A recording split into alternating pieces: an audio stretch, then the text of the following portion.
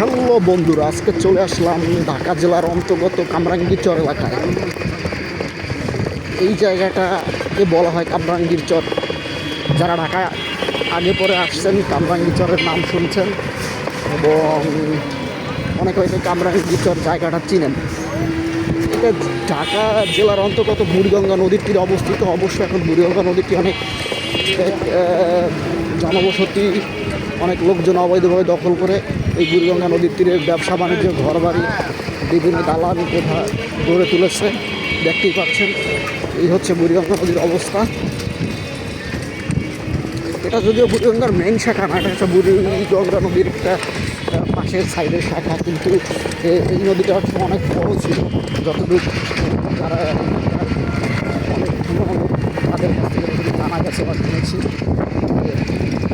আমরা কিছু এটা হচ্ছে পুরন ঢাকার একটা অংশ, আর এটা হচ্ছে আপনার কামরাঙ্গীর চরের ওই পারের অংশ।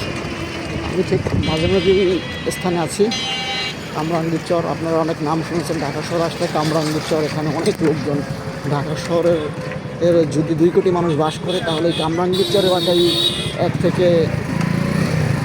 কোটি থেকে 20 লাখ মানুষ এই এলাকায় বাস করে। এলাকাটা খুবই ঘনবসতি।